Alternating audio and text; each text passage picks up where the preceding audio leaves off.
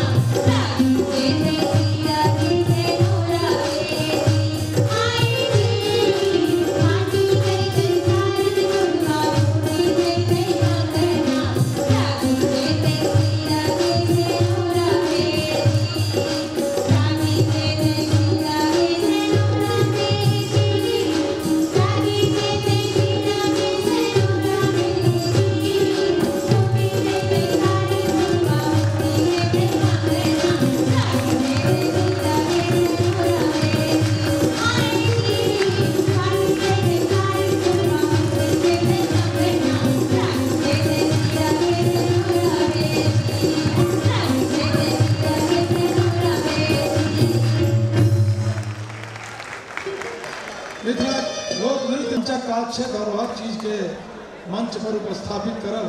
से अपने देखल मिथिला के लोक नृत्य झरनी। अब एक बात अहीं सबसे पूछे छी मणिकांत जी, एक बात अहाँ सबसे पूछे छी जे कि हास्यक जनक के एक बेर बजायल जाए, हास्यक जनक के बजायल जाए, सबक इच्छा सब बेर गावे ऊपर से नीचा। आओ आमंत्रित करे छे अपन अनुज मित्र हास्य कवि हास्य सम्राट डॉक्टर जयप्रकाश चौधरी जनक के बैजू बाबू के ही आग्रह संग अनुज मित्र बैजू बाबू के आग्रह करवे जे एहि बेर जहन दरभंगा आई जाए तो इनका डॉक्टर से भेंट करा दिया, दांत वाला डॉक्टर से। आई बेर हाँ आई बेर हिनकर दांत बनवा देल जाए।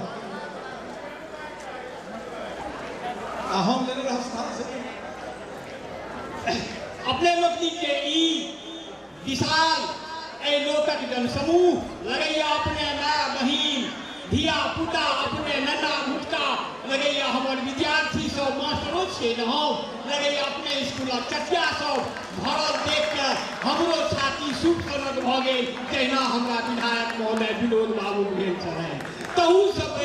बड़का दू चल्ला वाला सूट के होइ छै बड़का बड़का तेहन भ गेल। दू पार्टी में पहले अहाँ के अभिनंदन हम कऽ दै छी, अहाँ लोकनी के अभिनंदन अहाँ सब तऽ हमर करै छलहुँ। काल्हि केने रहिए 5 गोटा बाबू भैया छला, जनसमूह कहाँ छलै, नुनमाटिक लोग कहाँ छलै, नारंगी कहाँ छलै, आम गाँव कहाँ छलै, तिरारी वाला लोग कहाँ छलै, आइ सब लोग आबि गेल छै। तैं 4 पार्टी आज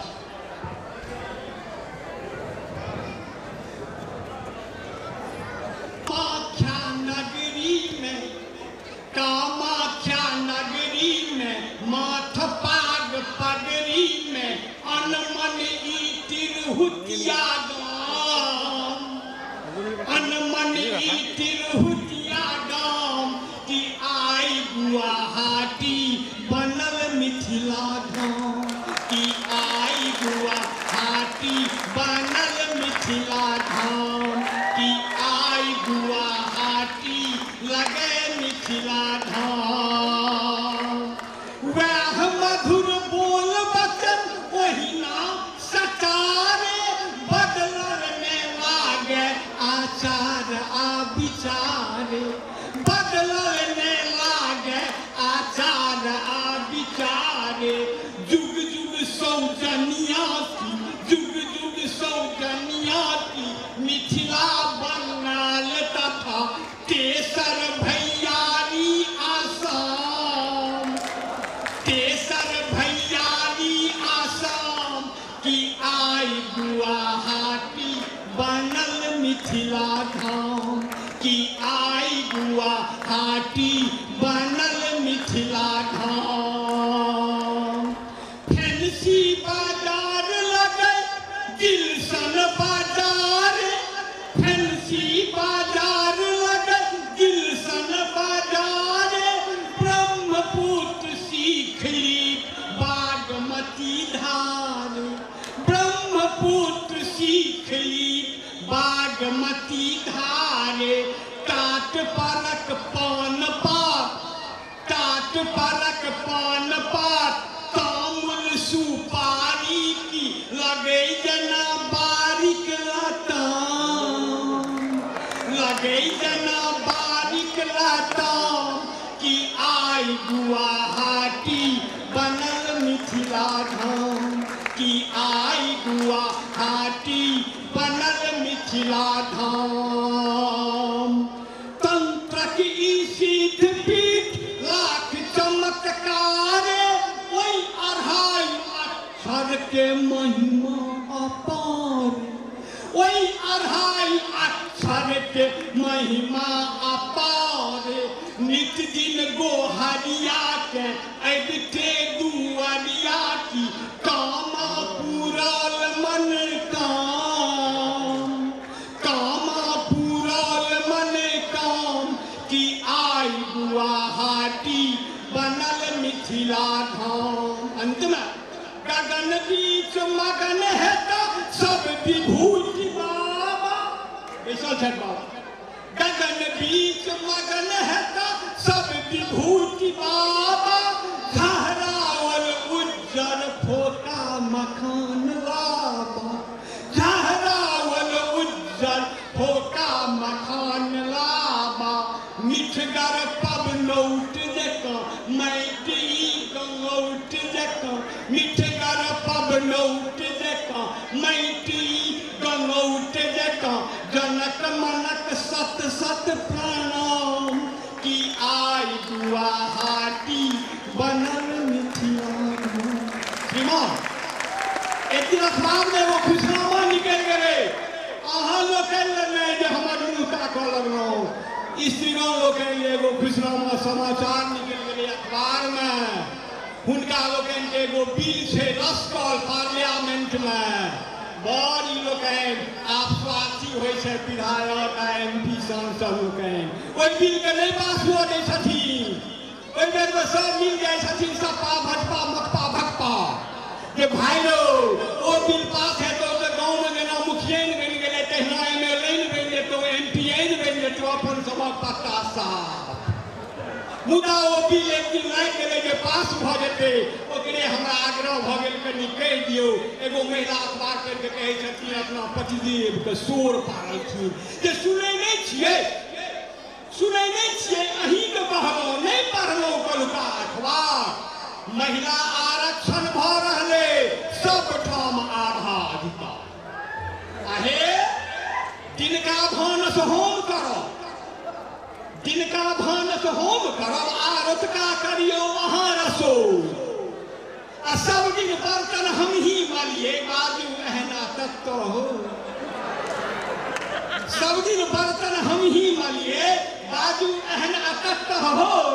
आब सुतब हम ही भोर हरिया अहीं चाह के करी जोगा महिला आरक्षण भ रहले